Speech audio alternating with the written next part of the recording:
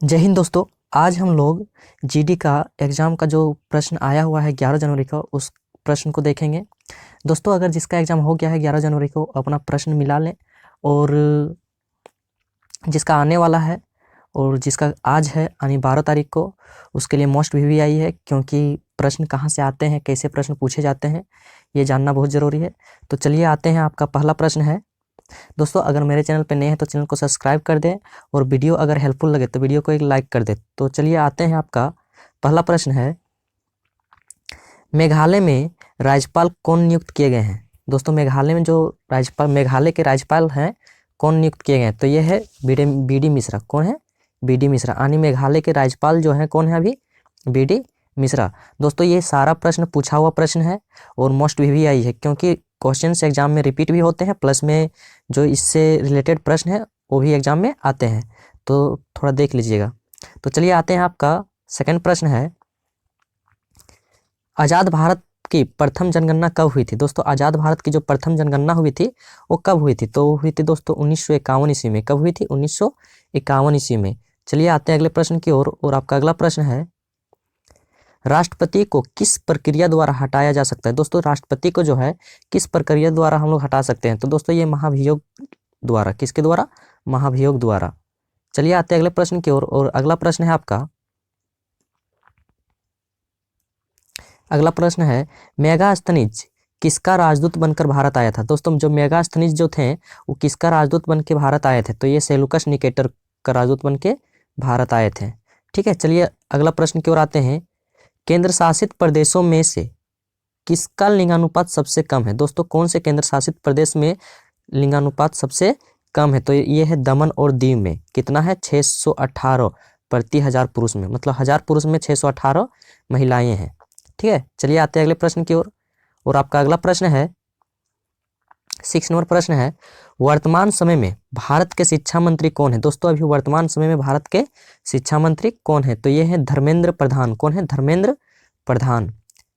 चलिए आते हैं अगले प्रश्न की ओर। और आपका अगला प्रश्न है 7 नंबर प्रश्न, प्रथम पंचवर्षीय योजना कब शुरू की गई थी? दोस्तों, जो प्रथम पंचवर्षीय योजना जो शुरू की गई थी, कब की गई थी?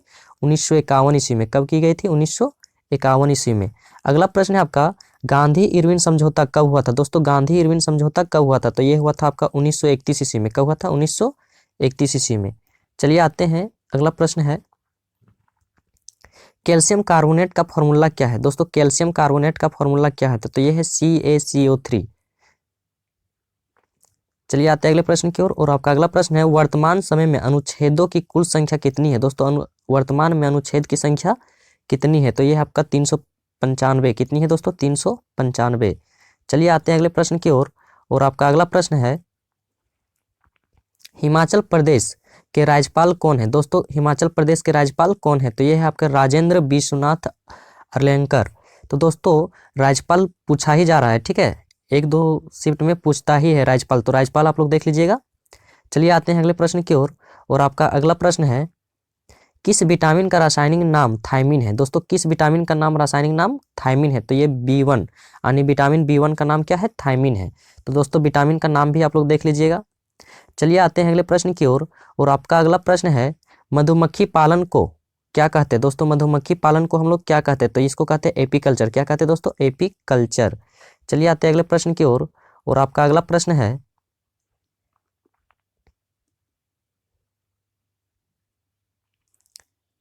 आपका अगला प्रश्न है, प्रत्येक राज्य में ग्राम स्तर मध्यवर्ती स्तर, दोस्तों, ग्राम स्तर मध्यवर्ती स्तर पर पंचायत गठन से संबंधित आर्टिकल कौन सा है? दोस्तों, यहाँ पूछा गया है कि प्रत्येक राज्य में जो ग्राम स्तर होता है और मध्यवर्ती स्तर होता है, इसका गठन कौन से आर्टिकल में किया गया है? तो यह है आपका 243 का ए में। ठीक है, चलिए आते हैं अगले प्रश्न की ओर। और आपका अगला प्रश्न है, अगला प्रश्न है आपका, विश्व में क्षेत्रफल के हिसाब से भारत का क्षेत्रफल कितना है? दोस्तों, विश्व में क्षेत्रफल के हिसाब से जो भारत का क्षेत्रफल है वो कितना है? तो ये है आपका 2.4%। कितना है दोस्तों? 2.4%। चलिए आते हैं अगले प्रश्न की ओर। अगला प्रश्न है आपका, मौलिक अधिकार संविधान के किस भाग में है? दोस्तों, जो मौलिक अधिकार है संविधान के किस भाग में? तो ये आपका भाग 3 में है। कितना में दोस्तों? भाग 3 में। चलिए आते हैं अगले प्रश्न की ओर। और आपका अगला प्रश्न है, गोबर को खेत में किस रूप में प्रयोग किया जाता है? दोस्तों जो गोबर होता है उसको खेत में हम लोग किस रूप में प्रयोग करते हैं? तो ये करते हैं जैविक खाद के रूप में। किसके रूप में? जैविक खाद के रूप में। चलिए आते हैं अगला प्रश्न की ओर। और आपका अगला प्रश्न है 1992 ईस्वी में। दोस्तों 1992 ईस्वी में किस नृत्यांगना का पद्मश्री मिला था? यानी कौन से नृत्यांगना को पद्मश्री मिला था? ये मिला था सोनल मानसिंह को। किसको मिला था दोस्तों? सोनल मानसिंह को।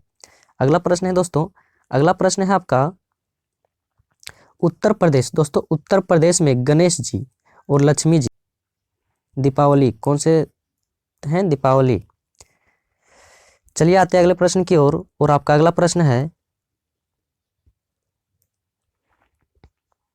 लॉर्ड डलहौजी ने अंग्रेजी शासन में झांसी को कब मिला था? दोस्तों लॉर्ड डलहौजी ने अंग्रेजी शासन में झांसी को कब मिला था? ये मिला था नवंबर 1858 ईस्वी में। कब मिला था दोस्तों? नवंबर 1858 ईस्वी में। चलिए आते हैं अगले प्रश्न की ओर। और आपका अगला प्रश्न है लक्ष्य सेन का संबंध किस खेल से? दोस्तों लक्ष्य सेन का संबंध किस खेल से है? तो ये दोस्तों ये है आपका बैडमिंटन से। किस खेल से है? बैडमिंटन से। अगला प्रश्न की ओर आते हैं। अगला प्रश्न है आपका किस धातु को हरे रंग की परत चढ़ जाती है? दोस्तों किस धातु पर हरे रंग की परत चढ़ जाती है? दोस्तों किस धातु पर हरे रंग की परत चढ़ जाती है? तो ये है दोस्तों आपका तांबा के बर्तन। दोस्तों तांबा के बर्तन पर हरे रंग की परत चढ़ जाती है, जिसको हम लोग संक्षारण भी बोलते हैं। आते हैं अगले प्रश्न की ओर। और आपका अगला प्रश्न है अटलांटिक महासागर को प्रशांत महासागर से कौन जोड़ता है? दोस्तों अटलांटिक महासागर को प्रशांत महासागर से कौन जोड़ता है? पनामा नहर। कौन जोड़ता है दोस्तों? पनामा नहर। अगला प्रश्न की ओर आते हैं दोस्तों। अगला प्रश्न है चिन्ना स्वामी स्टेडियम। दोस्तों चिन्ना स्वामी स्टेडियम कहाँ स्थित है? दोस्तों चिन्ना स्वामी जो स्टेडियम है वो कहाँ स्थित है? बेंगलुरु में स्थित है। चलिए आते हैं अगले प्रश्न की ओर। और आपका अगला प्रश्न है हर्षवर्धन के दरबार में। दोस्तों हर्षवर्धन के दरबार में कौन सा यात्री आया था? तो आया था आपका ह्वेनसोंग। कौन आया था दोस्तों? ह्वेनसोंग। चलिए आते हैं अगला प्रश्न की ओर। और आपका अगला प्रश्न है फीफा वर्ल्ड कप 2022 कहाँ आयोजित किया गया था? दोस्तों फीफा वर्ल्ड कप जो 2022 है वो कहाँ आयोजित किया गया था? ये किया गया था आपका कतर में। कहाँ किया गया था? कतर में। चलिए आते हैं अगले प्रश्न की ओर। और आपका अगला प्रश्न है विश्व की सबसे लंबी नदी कौन सी है? दोस्तों विश्व की जो सबसे लंबी नदी है वो कौन सी है? वो है आपका नील। कौन नदी है दोस्तों? नील। अगला प्रश्न की ओर आते हैं 2019 में किस अनुच्छेद को संविधान से हटाया गया? तो दोस्तों ये हटाया गया 370 और 35 ये को, यानी अनुच्छेद 370 को और अनुच्छेद 35 का ये को। चलिए आते हैं अगले प्रश्न की ओर। और आपका अगला प्रश्न है प्रधानमंत्री नरेंद्र मोदी ने जल शक्ति योजना कब शुरू की थी? दोस्तों प्रधानमंत्री जो नरेंद्र मोदी है वो जल शक्ति योजना कब शुरू किया था? तो ये कब किया था? 15 अगस्त 2019 को। कब किया था? 15 अगस्त 2019 को। नेक्स्ट प्रश्न है आपका अनुच्छेद 14 किससे संबंधित है? दोस्तों अनुच्छेद 14 जो है किससे संबंधित है? वो आपका समता और समानता से। किससे संबंधित है दोस्तों? समता और समानता से। चलिए आते हैं अगले प्रश्न की ओर। और आपका अगला प्रश्न है मौलिक कर्तव्यों का उल्लेख किस भाग में किया गया है? दोस्तों मौलिक कर्तव्य का उल्लेख जो है किस भाग में किया गया है? तो भाग 4 का ये में। किस में किया गया है दोस्तों? भाग 4 का ये में। अगला प्रश्न है सुंग वंश की स्थापना किसके द्वारा की गई थी? तो दोस्तों सुंग वंश की स्थापना जो है पुष्यमित्र सुंग के द्वारा किया गया था। ठीक है। चलिए आते हैं अगला प्रश्न की ओर। और आपका अगला प्रश्न है 2022 में जम्मू कश्मीर में किसने नई पार्टी बनाई? तो दोस्तों 2022 में जम्मू कश्मीर में किसने नई पार्टी बनाई? तो गुलाम नबी आजाद ने। किसने दोस्तों? गुलाम नबी आजाद ने। अगला प्रश्न है आपका संत श्री शंकर देव की किस नृत्य शैली की जनक है? दोस्तों संत श्री जो है संत श्रीमद शंकर देव ये किस नृत्य शैली के जनक हैं? तो ये है आपका सत्रिया नृत्य शैली का। ठीक है। अगला प्रश्न की ओर आते हैं। अगला प्रश्न है आपका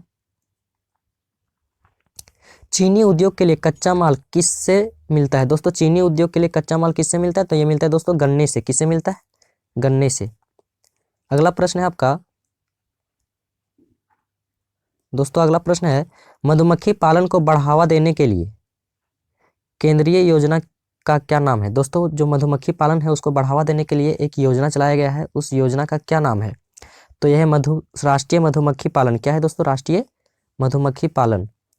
आते हैं अगला प्रश्न की ओर। और आपका अगला प्रश्न है मोहन बागान किस खेल से संबंधित है? दोस्तों मोहन बागान जो है वो संबंधित है आपका फुटबॉल से। किससे दोस्तों? फुटबॉल से।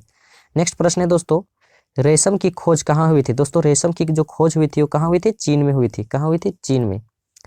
अगला प्रश्न है, चमकीला ग्रह किसे कहते हैं? दोस्तों चमकीला ग्रह किसे कहते हैं? तो इसे शुक्र को कहते हैं। किसे कहते हैं दोस्तों? शुक्र को।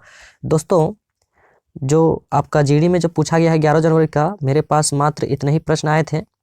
तो चलिए आते हैं अब अगला 12 तारीख का देखेंगे। तब तक के लिए बाय बाय।